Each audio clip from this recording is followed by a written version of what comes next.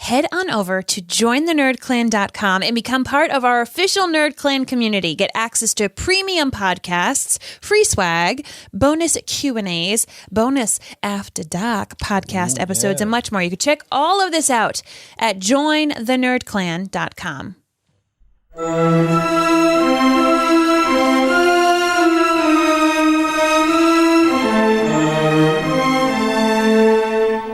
From Providence, Rhode Island, welcome to the Potterverse. It's a podcast dedicated to the book and film universe of Harry Potter. So grab your favorite wands and time turners. Let's step into the night and pursue that flighty temptress adventure.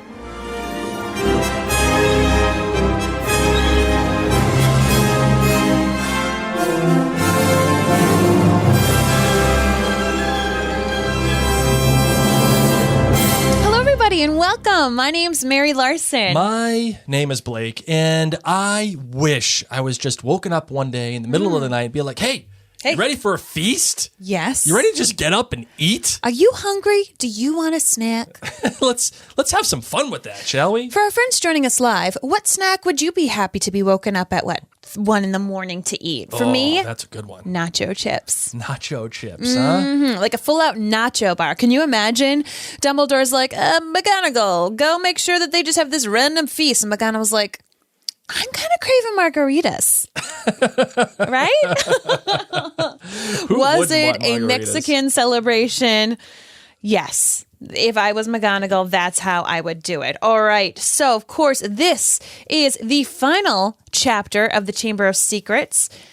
Dobby's reward. So excited. And can we just have a moment, for those of you who have been with us since the beginning of the Potterverse, can we just have a moment to love on the fact that we have now made it together through 2 books. We, of course, started the Potterverse when we were knee-deep into COVID, and we're still knee-deep into COVID, if not waist-deep into COVID right now. And honestly, reading Harry Potter with you all as podcast listeners and friends who join us live on social media, you are our Lumos in the time of Nox. You're a place for us to leave. For those of you who are listening right now on the podcast at a different day and time, today is November 4th, the day that we're recording this. And as Blake announced earlier in our pre-show, you know, we acknowledge the elephant in the room that the United States currently doesn't know who won the presidency, and it's a little awkward and tensions are high.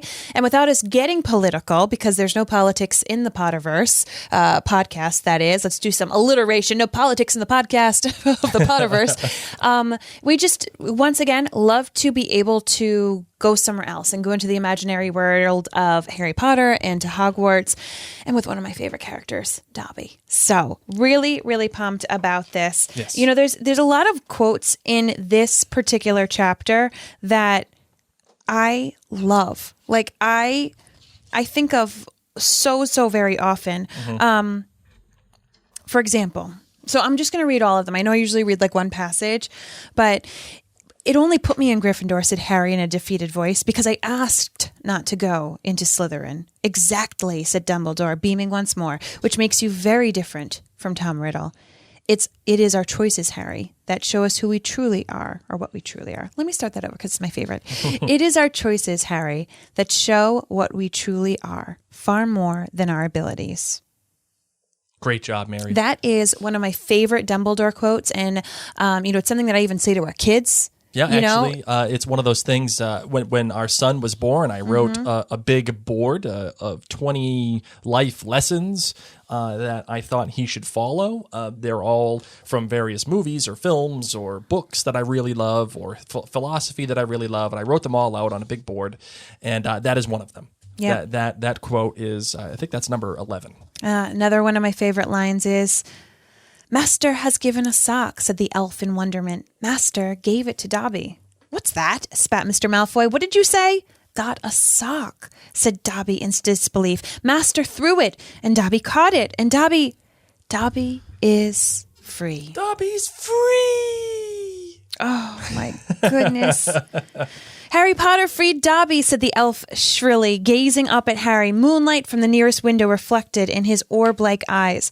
"Harry Potter set Dobby free." "Least I could do, Dobby," said Harry, grinning. "Just promise never to try and save my life again." Mm-hmm. Oh, we all know how that works out.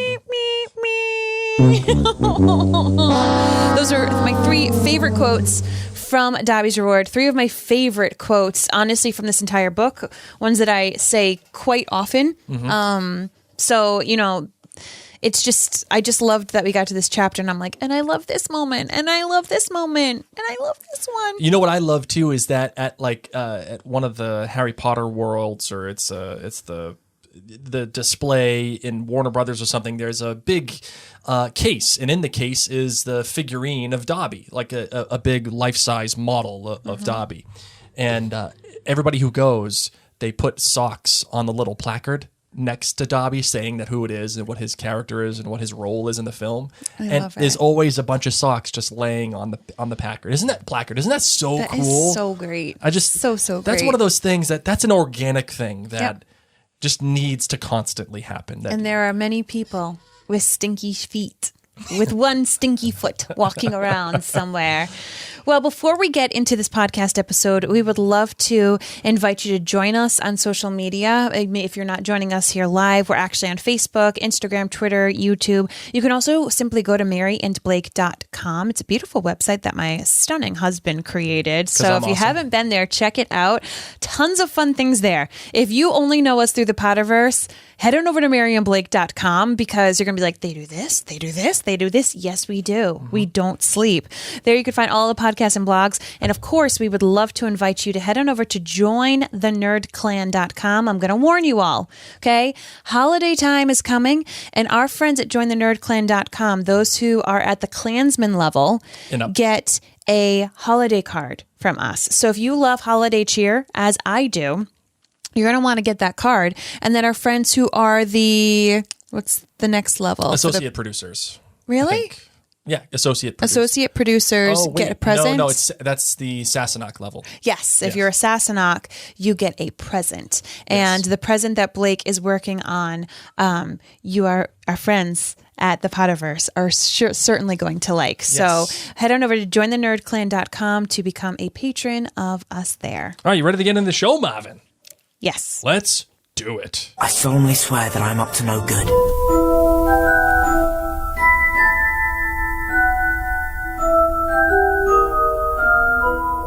Well, in this chapter, as a quick little refresh, Harry comes out and tells Dumbledore, McGonagall, and the Weasleys what actually happened in the Chamber of Secrets. Oh, by the way, I've been hearing voices all year long. We saw Aragog. It wasn't Hagrid. Bada bing, bada boom. Oh, and Gilderoy Lockhart doesn't remember a bloody thing. That's right. And he frees Dobby. Way to go, Harry Potter. You're Harry freaking Potter. I'm Harry freaking Potter. I was out of key, but still.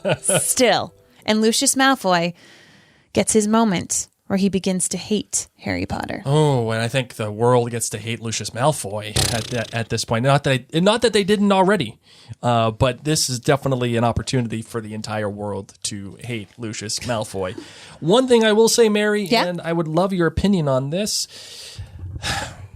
One of the things that we try to do whenever we talk about any particular property that we're analyzing or breaking down, or we're just fans of, what's the theme? What is the theme of what we're talking about, what we're reading, what we're watching, what we're breaking down? And as most of you know, this is a Mary and Blake commandment. A theme cannot just be a word. It cannot be love. Because those are the kind of themes I love, Blake. So you're going to have to tell us what the theme is. No, the Mary and Blake commandment is that a theme must be a question or a statement. It must be something that you have to prove. It is almost like what we call a thesis, something that you must prove. I never had to write a thesis. I did. I had a senior recital. I had a senior thesis. It was 100 pages long. And in order to graduate, I needed to write one. I needed to have an hour-long performance on my saxophone. I would much rather write a thesis. Yes, you would. Yes, thank you so much. So the theme for for this book, book, not even just for the chapter. Yes, you're doing the book, even though our mailbag episode is the next one. Yes, because I think it will inform our discussion, and we don't have to spend a whole ton of time on it. But I think it will inform the discussion. Okay. And the beautiful part about it is, I think the theme that we are tackling in this book is actually laid out plainly in this chapter, which is why I'm bringing it up. It is, in fact, it is our choices, Harry, that show what we truly are, far more than our abilities. That is very lyrical, and it's something that well written and well said by Dumbledore. But for me, it is simply, what are we? What makes us who we are? Is it our choices? Is it it's tissue our and abilities? Kidding. Very funny, Marvin. Very funny. So my question to you, Mary, is, do you agree if that is the theme for the book, and do you think that will inform the rest of this chapter that we're talking about? I would beg to differ that this is actually the theme of the series. Oh, look at you. Bam! Just like that. A winner! Good job. Yeah, so I'm often battling my feelings for Dumbledore. That's no, thing that I hide on this podcast. There are chapters where I'm like, wow, you are a terrible adult. And then there's other ones where I'm like, I see what you're doing here. And in this chapter, I'm down with the Dumbledore. Sure. And it's because of this Choices quote, and how he is smiling at Harry because he knows that Harry is the only one who has the ability to defeat Voldemort. If Voldemort can even be defeated, Dumbledore can't do it for Harry. Dumbledore just can't. So as much as he is putting this now 12-year-old's life in peril, he needs to see, is Harry the one? Sure. Is he really the one? Like, I'm just going to sit back and watch. And sure enough, like, he has these resources, he gets Fox, he gets the sword, he gets the sorting hat. But really, this is another person who is very powerful, who could choose Slytherin, who could just choose to team up with Voldemort. You know what I mean? Like, you think about how some of the Death Eaters wondered, like when Draco Malfoy first met him, he wanted to be his friend. It makes you wonder how many people who followed the Dark Lord were like, maybe Harry Potter's the new Dark Lord. Maybe he's even worse than Voldemort, so we want to be on his team. But Harry chooses good. Right. Time and time again. Well, that's actually a great segue. It's almost like you're a professional, Mary. That's a great segue into what I wanted to talk about, I think, for... I think a large part of this chapter, but also kind of in the book for the rest of the book as well, which is, what are the choices do you think that Harry makes that sets him apart from Tom Riddle? What makes him him? What makes Harry a Gryffindor? What sets him aside from Tom? What do you think that is? Let's see. I mean, just his absolute compassion. I think that Harry Potter is one of, if not the most compassionate character in these books. He's always still trying to be kind and considerate, even for people like Moaning Myrtle. You know what I mean? Like, who kind of are a bit annoying. He still is kind to them. Kindness. Sure. Trying to do the right thing for the greater good, for the lack of better words, because that's like a swear word when you're talking, Deathly Hallows. Oh, sure. Okay. But he truly is looking for the greater good. I think that he is compassionate towards Muggles. I think that is a major, huge difference, even though the Muggles that he's grown up with his entire life treated him poorly, which Tom Riddle had the same. Tom Riddle's dad, who was a Muggle, abandoned his family because he found out about the witches. Harry Potter's family abandoned the whole notion that Harry could even be a wizard, abandoned the truth, and yet Harry doesn't hate Muggles as a whole. Right, yeah. Which is something I think, too, Mary, that you bring up, and it's really a salient point, meaning, as we've discussed a lot, and I think we will continue to discuss in later books. One of the things that we know is that Harry and Tom, or in later books, Lord Voldemort, they are protagonist, antagonist. They share that relationship. And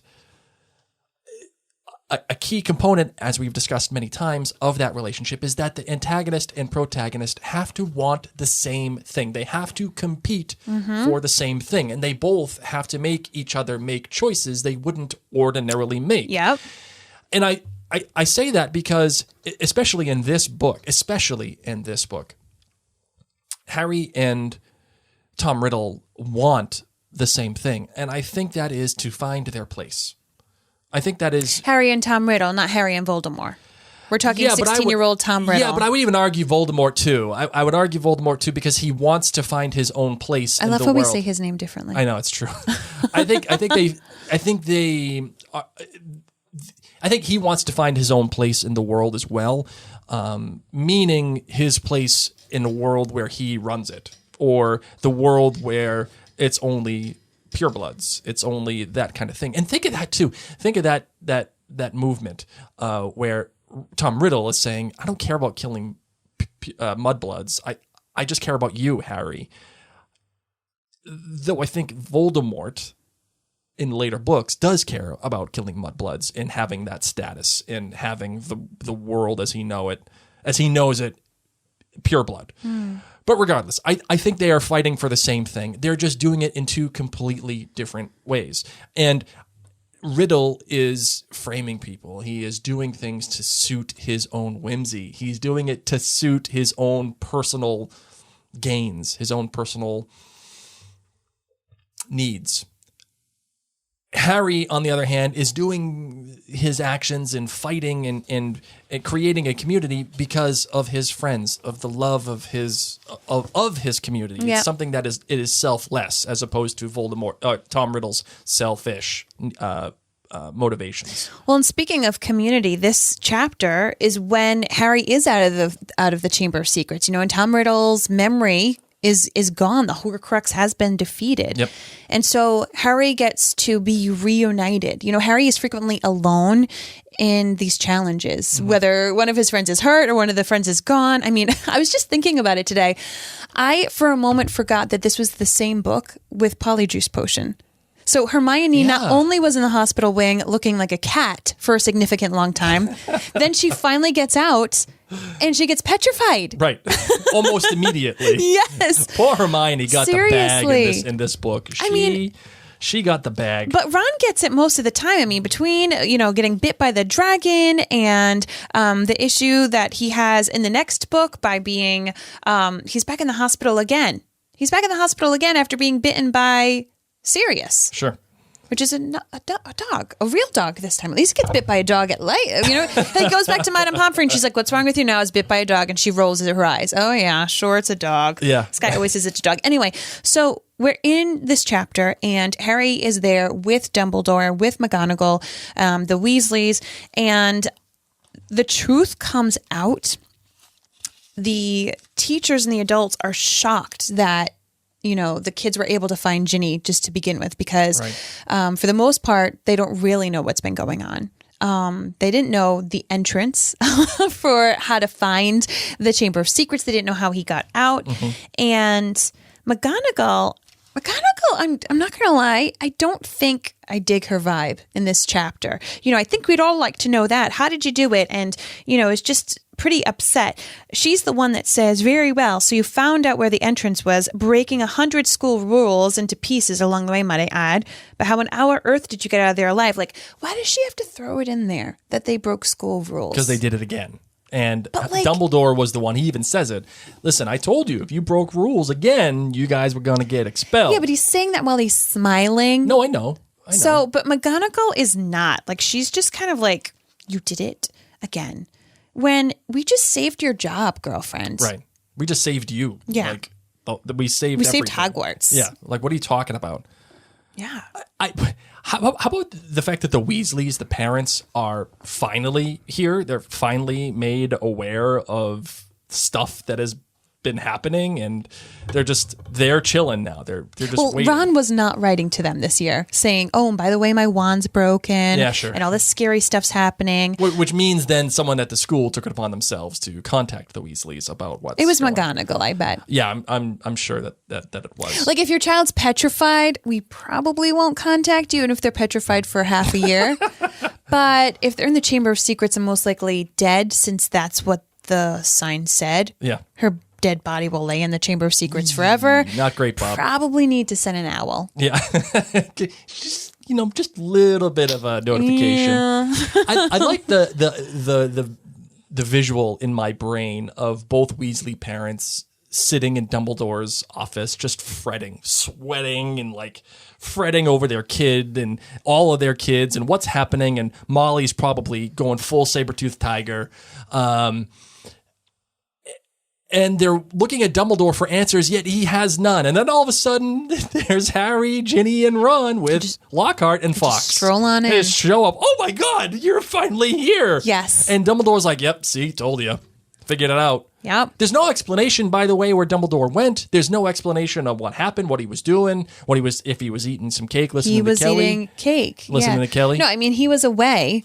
And then he was brought back because of Ginny. So there is explanation. So he was away because the board of directors or whatever, board of governors kicked him out. Yeah. And then when Ginny was said to be down in the Chamber of Secrets, the board voted him to come back because he managed it best. So that's why he suddenly came out. But he handles it just quite easily. You're right. It's not like he's leading a search party. He's not in the library really trying to dig deep and figure out the Chamber of Secrets location. You know, this goes to also show you how smart Tom Riddle truly was. Because Dumbledore even says it, that Tom Riddle was truly the most brilliant student that Hogwarts ever had. Yep. Tom Riddle was able to figure out everything about the Chamber of Secrets, including where the location was, like how to get into it, where, you know, which bathroom, all these different things. By the time he was 16, in 5 years of his time at Hogwarts, Dumbledore has been there all these years. Right. Okay. Knew that was Voldemort, and he's been in the school. Like, what are you doing over summer break, Dumbledore? Are you not looking for the Chamber of Secrets? Are you meaning to tell me that over 50 years, at least, you couldn't have researched what Tom Riddle researched in just 5 years? And another thing that we actually talked about earlier in this series for the Chamber of Secrets, Mary, is how did people not know that Tom Riddle was Voldemort? Like, how do they not know that history? And what I'm getting at is nobody recognized Voldemort as Riddle because he had changed himself and he had gone so far deep into dark magic that nobody even connected the two except for Dumbledore. And I wanted to bring that up just because there's actually an explanation on the history of it, how nobody knew this was Riddle. It was just Voldemort. This guy, Voldemort, just showed up and was doing what he was doing. It's like Lady Gaga. Like, how many people actually knew her as a performer before she was Lady Gaga? Because she was still a performer, but now you just know her by her stage name.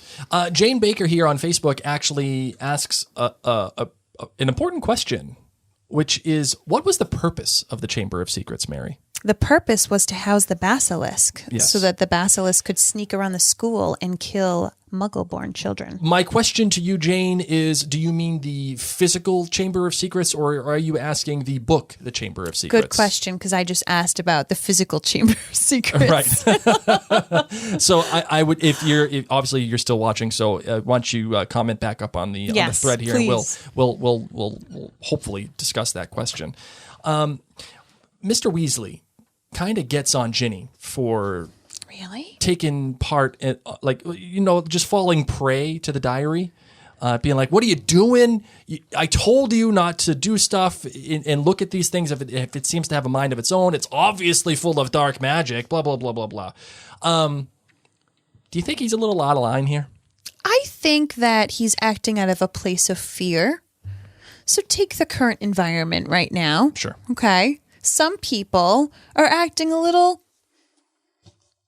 differently than they would normally because they may be acting out of a place of fear. Okay, so when that happens and you're all shook up and your adrenaline's going, obviously Arthur Weasley doesn't necessarily have the kind maternal instincts as much as Molly Weasley does. So yeah, he's more like, you knew better and of course you shouldn't do that. But a lot of parents do that. You know, a lot of parents, when a kid does something stupid, but they get severely hurt, like, why did you do that? You know you're not supposed to do that. Yeah. You know, so I'm not like too upset with him. What is interesting though is how shocked he is that Ginny was possessed. They call it enchant, you know, but it's he possesses her. It's like, what's that? You know who? Enchant Ginny? But Ginny's not Ginny, has she? And it's like this defiling of his youngest child, of his daughter. Yeah, we have to talk about the seriousness. I know we glanced upon it last episode and last chapter, but the seriousness of what Ginny just experienced is, she's going to need all the copays. Mm-hmm. She needs every single copay that has ever existed for all the therapy she's going to have. Yes, agreed. I think there's a distinct faction of people. Two different factions. Either you are pro Ginny or you are anti Ginny in the Harry Potter world. Do you find yourself in the pro Ginny category? I'm a pro Ginny. I'm kind of anti Ginny. I know. But reading the book, you can be anti-movie Ginny, but pro-book Ginny. Because pro-book Ginny is a beast. She is a strong, assertive woman who knows what she wants. Well, and also was possessed by the Dark Lord and lived to tell the tale at the mere age of 11. Right. So my recollection of book Ginny in later books was that I was not impressed. Oh, well, now that you've actually been reading the beginning books, we will see the growth of Ginny Weasley and how she doesn't need a man. And she is hot and can get any man she wants, but she doesn't need a man. Okay, she's got her own life going on. She's not gonna wait around. She's an awesome. No, just hold on tight. Just hold on tight and trust. Right.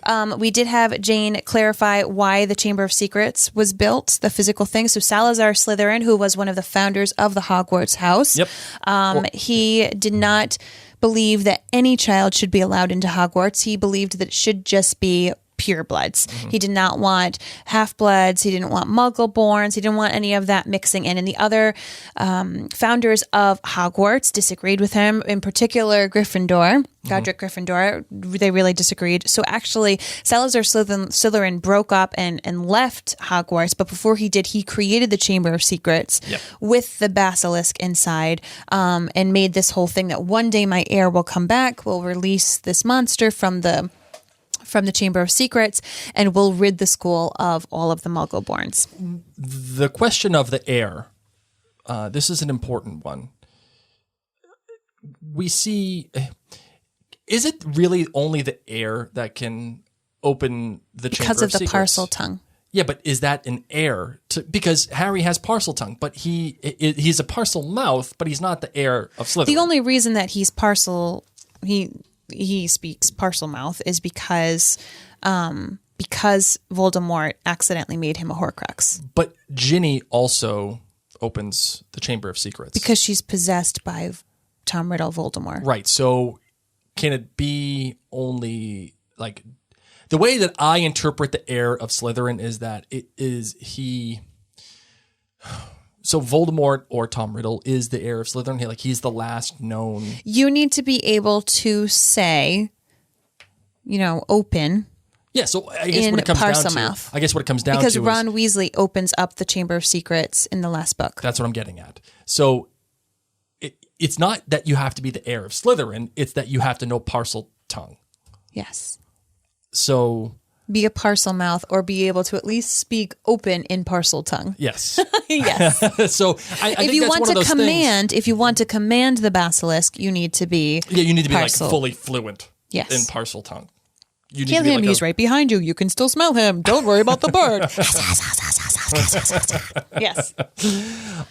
So I think that's a myth that is just I think needs to be clarified. It's not necessarily that you have to be a dark wizard or that you have to be the heir of Slytherin. It's just that you need to know parcel tongue. Which is something that he passed down through his family, I guess. Sure. Okay. So here we are, hanging out. Harry makes sure that Ginny is protected. This is still, I'm telling you guys, Harry has at least a soft spot for Ginny. I'm not saying that he's hankering for a hunk of her. She's still little, okay, but he has a soft spot for her because he can tell that she's getting nervous and he does not necessarily let her take the fall. Because she starts off his diary. I've been writing in it. He's been writing back. And that's where Mr. Weasley reams into her. How dare you? I've told you that you shouldn't be trusting something where you don't know where it keeps its brain. Right. Love that line, by the way. And Dumbledore right away is like, she's not in trouble. This child has literally been possessed by Voldemort all year. Like, you go upstairs and go get some chocolate. Can I just note that I think Harry Potter is part of the reason why when I feel bad, I do want chocolate.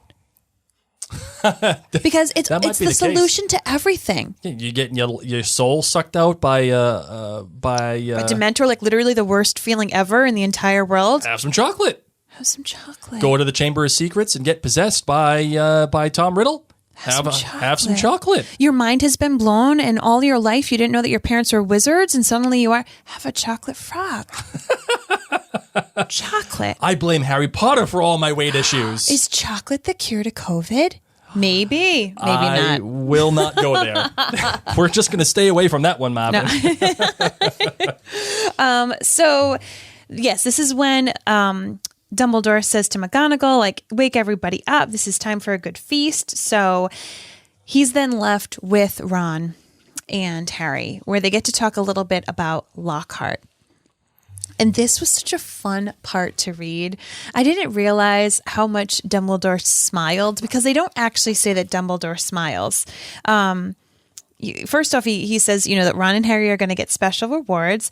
And then he says, but one of us seems to be keeping mildly quiet about his part in this dangerous adventure. Dumbledore added, why so modest, Gilderoy?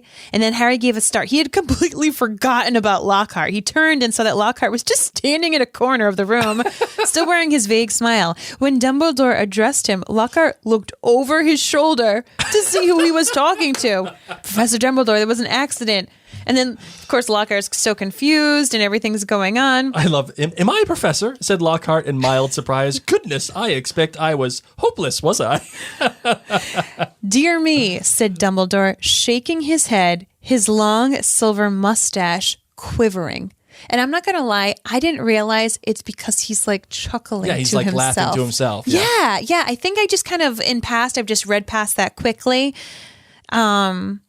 Impaled upon your own sword, Gilderoy. Like, it won't say that he's like smiling, that he's smirking, It's just his silver mustache quivering. And then it happens again later on. Hold on. Yeah. Sword? Said Lockhart dimly. Haven't got a sword. That boy has, though. He pointed at Harry. He'll lend you one. Hold on. Oh, you know what? Gilderoy. Makes me want to shout. The official last outstanding for Professor Gilderoy Lockhart. Oh, my goodness He'll gracious. lend you one. Seriously. Oh, man. So Ron takes Gilderoy away. Yes. And this is where Harry and Dumbledore have their heart-to-heart. They talk about how Harry was not put in Slytherin. He realizes that he was able to draw out the sword of Godric Gryffindor. And, talking about bringing Hagrid back. And this, of course, is when Lucius Malfoy comes in. So this is the middle of the night. Dumbledore just got sent back because this was all that same night. Like, Aragog was the same night. This was a long night. Something happened there. This was a long, long night for Harry Potter, okay? Mm-hmm. He literally was just, like, chased throughout the Forbidden Forest, got into the Fort Anglia, ended up in the Chamber of Secrets, saved the day, Gilderoy Lockhart, Tom Riddle, all this stuff. And in the meantime, the board has brought Dumbledore back to save the school. Mm-hmm. Lucius Malfoy wakes up and he's all disheveled because he gets the memo, that Dumbledore is back. And Dumbledore calls him out, too. He's being like, yeah, hey, it's odd, this thing that, the 11 other governors said that you would curse their families if I wasn't removed. So you care to explain that? And once again, he does that smiling serenely. Right. Oh, funny thing.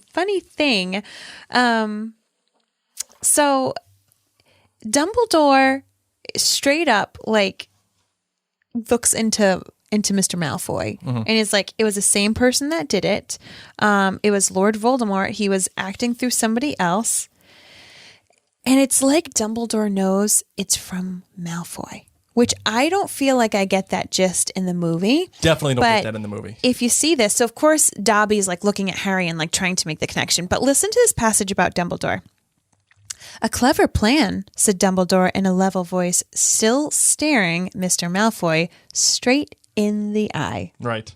So making that eye contact that we know is so important when you're reading someone's mind in the Potterverse. Because if Harry here, Mr. Malfoy shot Harry a swift, sharp look, and his friend Ron hadn't discovered this book, why, Ginny Weasley might have taken the blame. No one would have been able to prove she hadn't acted of her own free will. And imagine what might have happened then. The Weasleys are one of the most prominent pure-blood families. Imagine the effect on Arthur Weasley and his Muggle Protection Act if his own daughter was discovered attacking and killing Muggleborns. Very fortunate the diary was discovered and Riddle's memories wiped from it. Who knows what the consequences might have been otherwise? So right now, I've read this like so many times. Right now, we've debated this back and forth. Did Lucius Malfoy mean to put it in Ginny Weasley's cauldron? Right. Dumbledore is staring Malfoy in the eye as he's saying this, saying, oh, imagine what this would do to Arthur Weasley and the Muggle Protection Act. I feel like Dumbledore is telling us, the readers, I am reading Lucius Malfoy's mind. He did this all on purpose to Ginny Weasley to get the 2 birds with 1 stone. Yeah, I think there's enough text here to suggest, Mary, that you might be right. You got to squint, I think, to see it. But I think there's enough there. I think that you can make the argument that Dumbledore knows his intent, has read his mind. No, and this is the legilimens of it all. That knowledge comes from later books. So you have to look at it in hindsight. Yeah. And granted, we have that hindsight right now. Would you get that from this book without your future knowledge of legilimens? I don't know. But in hindsight, I think you can make the argument. And then, of course, something else that I think is different in the movie is Harry calls Lucius Malfoy out in front of Dumbledore. Yeah. You gave it to her in Flourish and Blot, so you picked up her old Transfiguration book and slipped the diary inside it, didn't you? And Malfoy says, prove it. Yeah. And Dumbledore says, oh, no one will be able to do that. Not now that Riddle has vanished from the book. On the other hand, I would advise you, Lucius, not to go giving out any more of Lord Voldemort's old school things. If any more of them find their way into innocent hands, I think Arthur Weasley, for one, will make sure they are traced back to you. So here's an interesting question for you. Yep. And maybe we'll pick it up in the beginning of the next book. Do the Weasleys find out? Does Arthur Weasley find out that this was Lucius Malfoy's fault? Oh, that's a great question, Mary. Because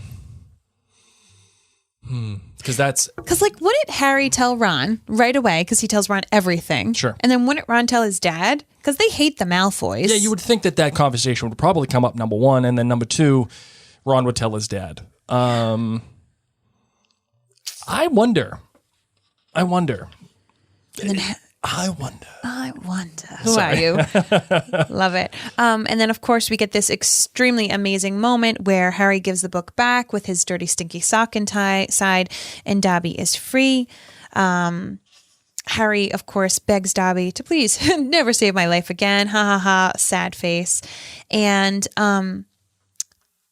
this is an interesting part.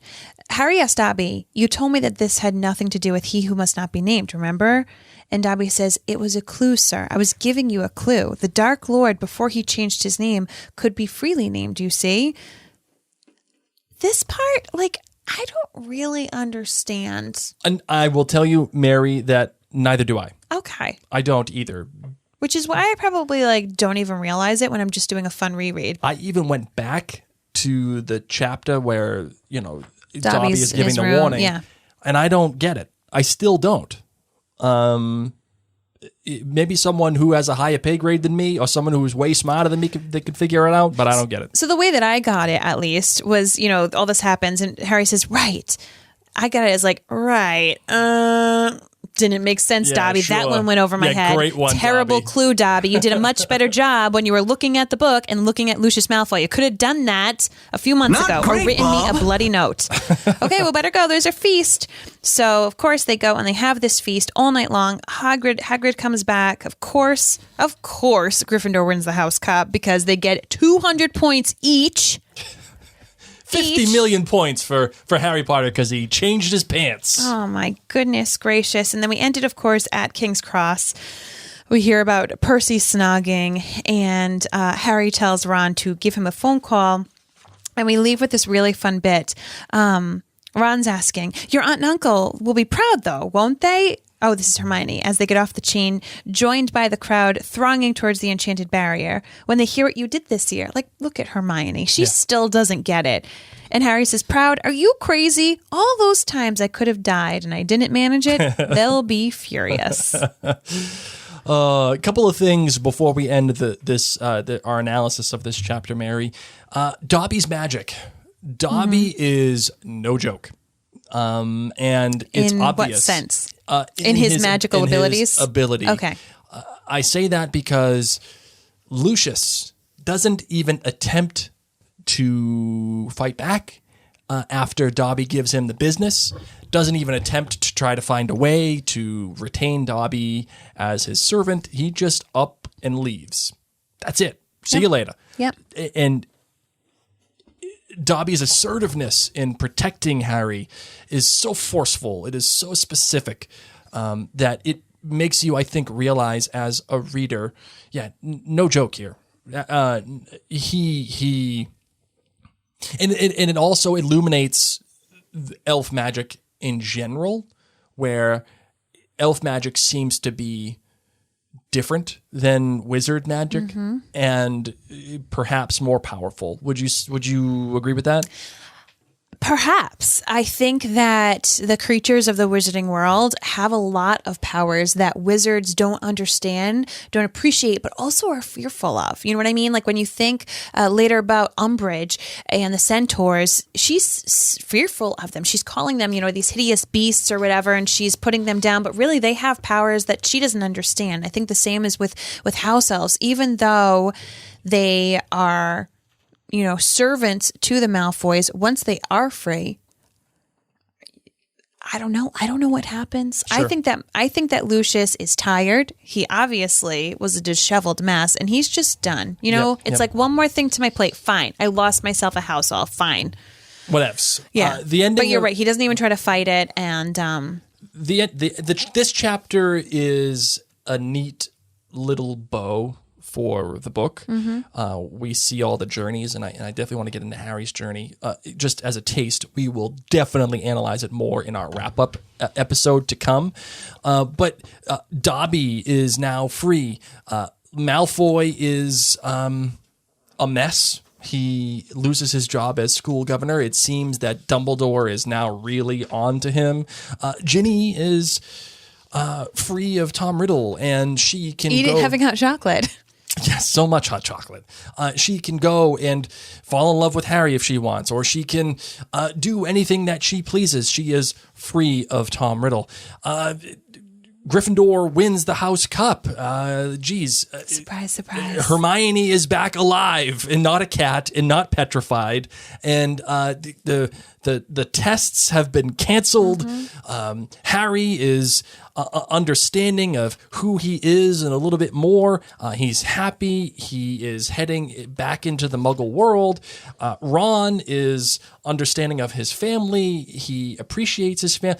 It's a nice little bow. It is. And it ties everything together. We even get an acknowledgement of Percy and Penelope Clearwater, which is something, which is one of the, again, that story engineering. I would say that this is a little bit of a cheap end to that, but it is something that has been popping up throughout the whole book, and the author takes the time to put a bow on that as well. Yep. Would you call this ending effective for this book? Oh, yes. It's a delightful book to read. It really, really is. And I had a lot of fun taking the time to dig deep and kind of dredge through all of this and really comb through and find all these extra little bits that, because we've taken the time doing 2 chapters a week, I really got to savor. Sure. It's one thing when I do these rereads of these books that I frequently flip through them quickly. I read them, but I just lap it all up because I just want to immerse myself as much as possible into the Potterverse, and slowing down to savor it has been a real treat. So I'm excited for our next episode where we get to, really wrap up the Chamber of Secrets in entirety, and especially with our listeners' questions and feedback that can be emailed to us at marianblakemedia@gmail.com. But did you have any lasting thoughts? I do. There's one thing that I have to mention. And because it's about Harry, it's about Harry, and he's the namesake of the book. And the way that this chapter ends, I think there's real intent here. There's real intent. You said it, Mary. Proud, said Harry. Are you mad? All those times I could have died and I didn't even manage it. They'll be furious. Mentioning, of course, the Dursleys and the family that he's going back home to. And together they walked back through the gateway to the Muggle world. Those are the final words of this book. And if you recall, where does Harry begin this book? He is alone, separated from his friends, questioning his role in the wizarding world, questioning his own makeup, who he is, what he is capable of doing. And yet, at the end of this book, through his friends and his friendship, he reasserts the fact that he gives his friends his number. Please call me. It's a Muggle thing. But I told your dad how to do it, but he is offering them. It's not just the magical world that is saving Harry. Harry is offering a Muggle portion of himself to the magical world to reconnect. It's a synthesis of magical and not Muggle. Dependent upon owls, right? Especially because Hedwig's not allowed out. Yes, that's right. And I also like the fact too here that the book is bidding us as readers adieu. It's bidding us goodbye. Yeah, and it's saying, You read through this magical world, and like Harry, it's time to go back to your world. I think that's that meta commentary that I think the author is putting in there. It's something that we have to understand. Harry is not a permanent fixture of the magical world. He has to go back to the Dursleys. He has to continue his normal, regular life. And that's what makes Hogwarts special for him. That's what makes Hogwarts special for us. That's what makes Harry special for us as readers. And I find that synthesis and that goodbye really special. Because he's going back to the Muggle world, and as we close this book, we have to go back to the Muggle world for a little bit. Yeah, exactly. No, I love it. Can I say right off the jump, the ending of the movie sucks in comparison to this. Yes. It's not all the stuff that happens prior to. It's the movie ending on everybody hugging Hagrid and yay, and then they have the big panning shot of. I mean, we're going to be doing our commentary. I know, but I'm saying right off the jump right now, just so you all understand, this ending I think is so much more thematically full and complete than what we got in the film. Too. Yeah. Yeah. So, that being said, we're going to switch on gears. Yes. But before we do, I wanted to remind you that in addition to podcasting, I love to help people feel more confident and creative with their makeup and their skincare. So I am doing 7 weeks of holiday bundles, which are discounted fun items. You can learn more by searching the hashtag Minute with Mary. I would honestly love it if you just send me a message. If you've been listening and you're like, I feel weird messaging Mary, please don't. I'm like just a normal person just like you. And I would love to invite you to my private Facebook group or connect with you on Instagram. So search the hashtag Minute with Mary so that way you can learn about the special deals that I have going on, or you can just go to minutewithmary.com. You ready for the different perspective? I am. Let's do it. Holy cricket! You're Harry Potter! I'm Hermione Granger. And you are? Mary, I did it last week. It's your turn this week. What do you got for a different perspective? Somebody you want to take the perspective of in this book that is not Harry Potter and give us a little bit of an enlightening mood or enlightening suggestion that you think that is accomplished in this chapter? I am Molly Weasley. Okay, what do you got? Okay. Mom to mom, what do you got? So let's be real. I may have dropped off all of my kids to Hogwarts earlier this year. Something I have been looking forward to for about 2 decades of my life. From what I remember, Molly, you got a little day drunk too. Yeah. I mean, we lost our car, and at first I wondered if it was because we went to the pub for a little too long and we didn't know where we parked it. But we did actually lose our car. One of our children, our second youngest, got rid of it. But, after that, I just YOLO, man. Whatever. I don't even like the car. So Arthur and I have had the most amazing, and I mean amazing, several months together. Half of our kids didn't even come home for Christmas. Yeah. What? That's so good. Didn't you go to Egypt? Yes. Yeah, that's right. Yes. I went on a vacation. I worked on my tan. I have been knitting so much stuff because I'm not bothered. Mom, where's my snack? Mom, where's my snack? Mom, where's my snack? It has been probably the best year of my life until, that is, last night when I got an owl. Mm-hmm. I never hear from Hogwarts. Never hear from them. None of my kids write to me. It's fine. It actually is fine. I could use a break. You're a little sad about it, but it's okay. But not really. Whatevs. I got this owl, though, saying, everything we think will be fine for most of your kids, but Ginny's in this chamber of secrets, and we're pretty sure that she's dead. Please. The latest one, the one that you just sent to you. Your only daughter. Yeah. Yeah, we're pretty sure she might be dead. Can you please come here? We don't know what we're doing. No. So I was like, Arthur, I got this owl. Where's the car? Oh.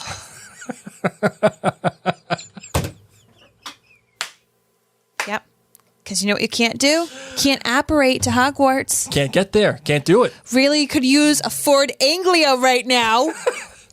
With all the extra enchanted room that you didn't know about, by the way. The Hogwarts Express doesn't come until tomorrow morning. My daughter may be totally dead by then. So, we had to flu powder all over the place. It was something. It was dirty.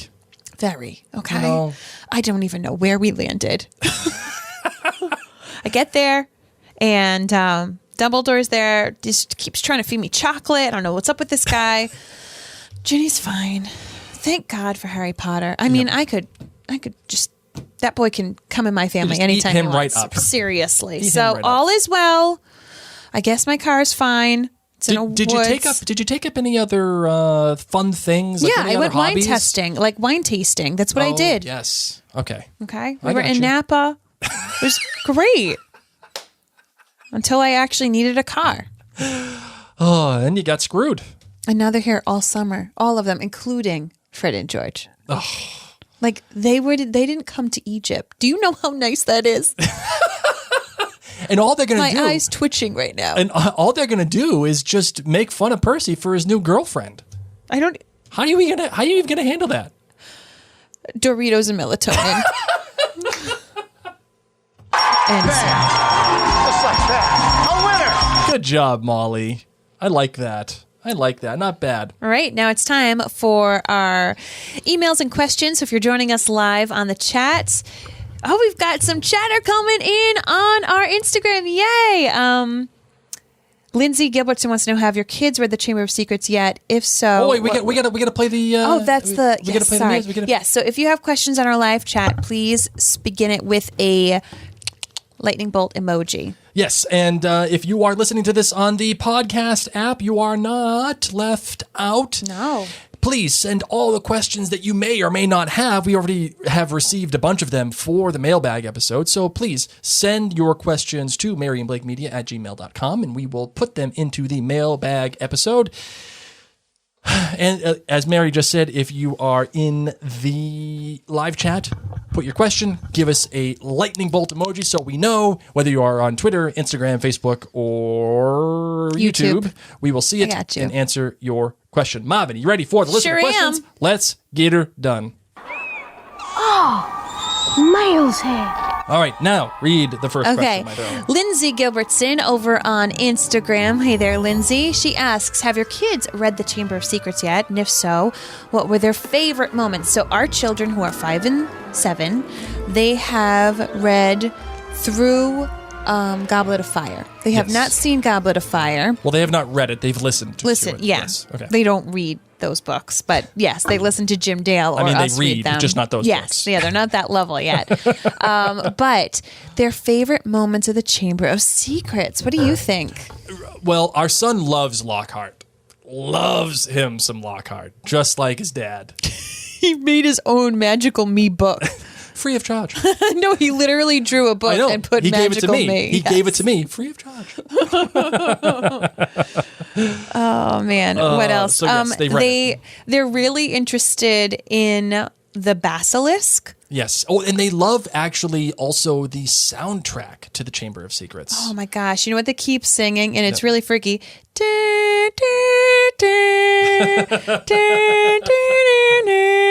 Like they just walk around humming those same few notes, guys, and then they'll be in different rooms like singing it in stereo, and I'm like, what's going on? Why is this what you're singing? Not something jolly, but the flippin' Chamber of Secrets music. Yeah, that's what our kids are. They're creepy. Kids are creepy. So, yeah, they love Lockhart. Basically everything that we as normal readers don't like. Lockhart, the basilisk. They also really like Fawkes, which I appreciate. I know that you hate on Fawkes. I don't hate on Fawkes. He's just a deus ex machina that just shows up out of nowhere just to save the freaking day. So they love the magical creatures. They actually have the Fantastic Beasts and Where to Find Them illustrated book. Mm-hmm. So whenever these magical creatures are inside, and Aragog. So that's really it. Our kids like the magical creatures. I think so. They're down. I think they're down with... They're down with the Gog. Down with the Gog. That is the new shirt. Just a giant spider with Down with the Gog. Yeah. Okay, that's it. That's what we're doing. Welcome. Okay, yeah, so they're into it. I don't know how much they're into Azkaban quite yet, because I just haven't heard them listen to it all that much. Azkaban is confusing them a great deal. Yeah, I would bet. Yeah. Caitlin Marie says, why did the Weasleys or even Dumbledore, Hagrid, or even Hermione let Harry go back to the Dursleys knowing he was literally locked up? Like Hermione couldn't tell her parents to contact CPS or something. So this is something that, is difficult. Dumbledore knows that Harry has to go back to the Dursleys every single summer. Yes. It needs to be his home residence so that way his mother's blood through Aunt Petunia protects him. Yes. So that he has that special spell of protection over him until he becomes of age. Mm-hmm. So Dumbledore knows he has to go back. He's probably loosely said this to Minerva and to Hagrid, that he has to do it. I don't know why Hermione doesn't do anything. I just don't think that's her place. But on the flip side, Ron came and rescued him. So yeah. I think that it's tough for the kids. It's really tough for the kids. Yeah, because how do you I've had friends that had parents that were not good people. Yeah. And what can I do? I'm a kid. At the time I was a kid. Am I gonna say come live with me? I did. Yeah, of course you did. Such a freaking such a Gryffindor. Oh my God. Once again, I'm Ron Weasley. Yeah, you are Ron Weasley. Saving you, of course. All right, Victoria says... Because I would have totally also hated on Gilderoy the entire year. Oh, I would have loved him. Victoria asks, what do you think about the fact that technically it wasn't Lucius that gave Dobby that sock? Marvin, your thoughts on that? Because I think he did. He technically did give it to Dobby. Well, I think Lucius knows, I didn't meaningfully give this to you, so I am not setting you free. But Dobby was just bring it on, yo. Do you want to doubt? Do you want to see if the magic bond is broken or not? Because I'm here and I'm ready to fight. So I think that... I think Dobby was on his way out for the Malfoys. I don't know if you can get rid of elves because Creature is with Sirius Black and Creature and Sirius Black hate each other. So obviously Creature is stuck to Sirius Black and Sirius doesn't like him. Sirius could have gotten a Roomba. He didn't need a house elf to clean. They could bewitch a broom or something. So part of me wonders if house elves... Get a Roomba. If house elves are... if as these magical families and these house elves, they have to be with each other. for one reason or another, because I don't feel like Lucius Malfoy really enjoyed Dobby's presence. So it was probably just like, okay, fine, whatever, you can be gone. I've had a bad day already. Britta Peterson on YouTube says, I work for an after-school program, and last week my first graders were kept humming the Imperial March from Star Wars while playing. Those are some good kids. Yes, Keep they doing are. whatever you're doing, Britta. Just keep going with it. Our kids hum that as well.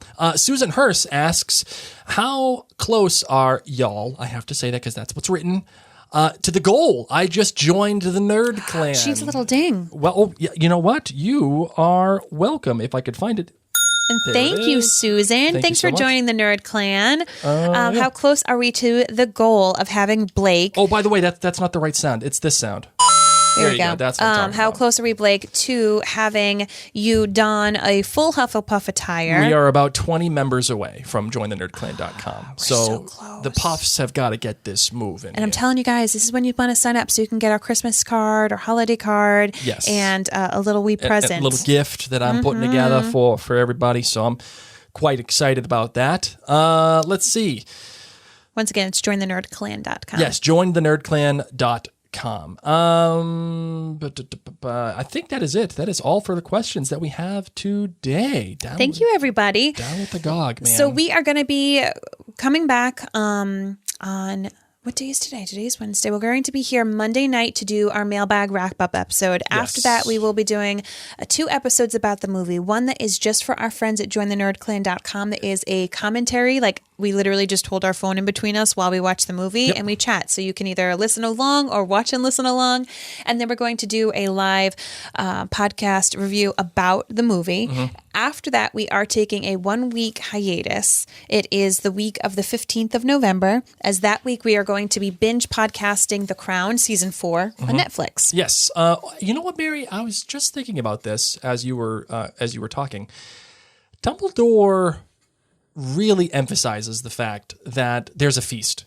Minerva, go make the feast. Hey, go get some hot chocolate. Harry, hurry up with Lucius because of the feast.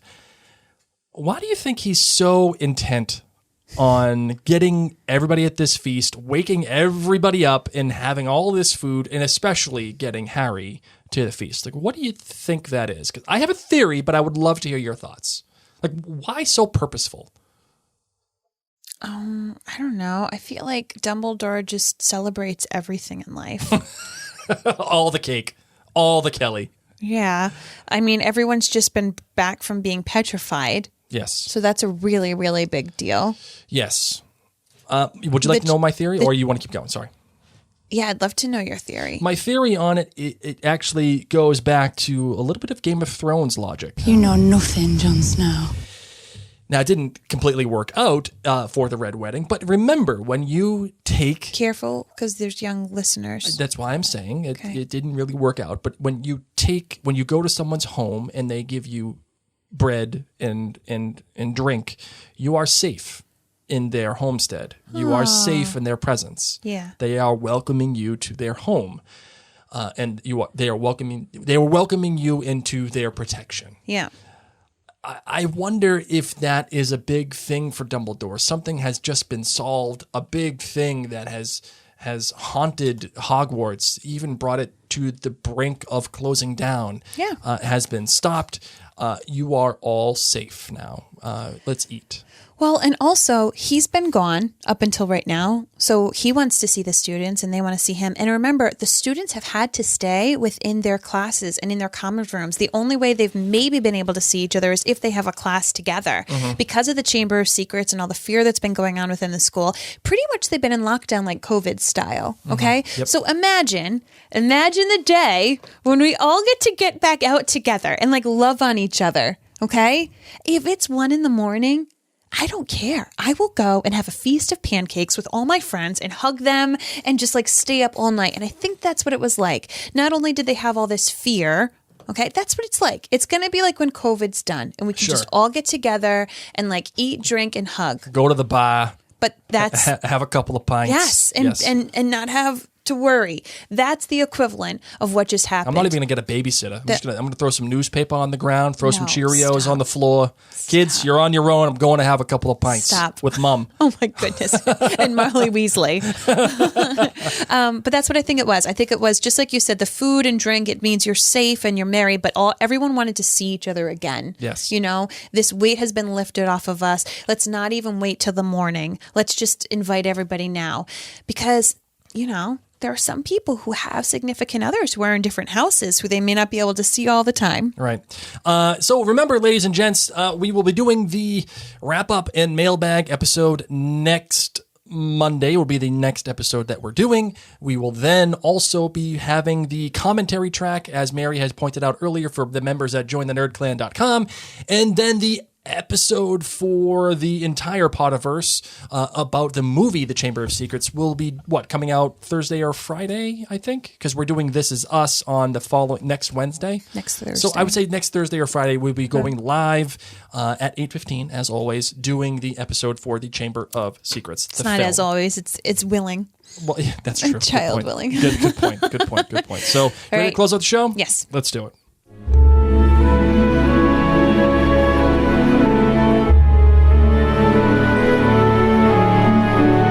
Thank you all so much for being a part of the Potterverse, for being here and being our Lumos in the time of Nox. And we hope that we are that for you as well. Thank you, everybody. Make sure you go to jointhenerdclan.com so that you do get the audio commentary from the films. The last one for the Sorcerer's Stone was a wild success. Everybody at the clan loved it. It was so much fun to do. This one's going to be a marathon, by the way, kiddo. 2.5 hours. 2.5 hours for the Chamber of Secrets. Buckle up, buddy. Buckle up. Hold on tight, Spider Monkey. That's right. Say it out loud. Well, on that note, my name's Mary Larson. My name is Blake. Mischief managed.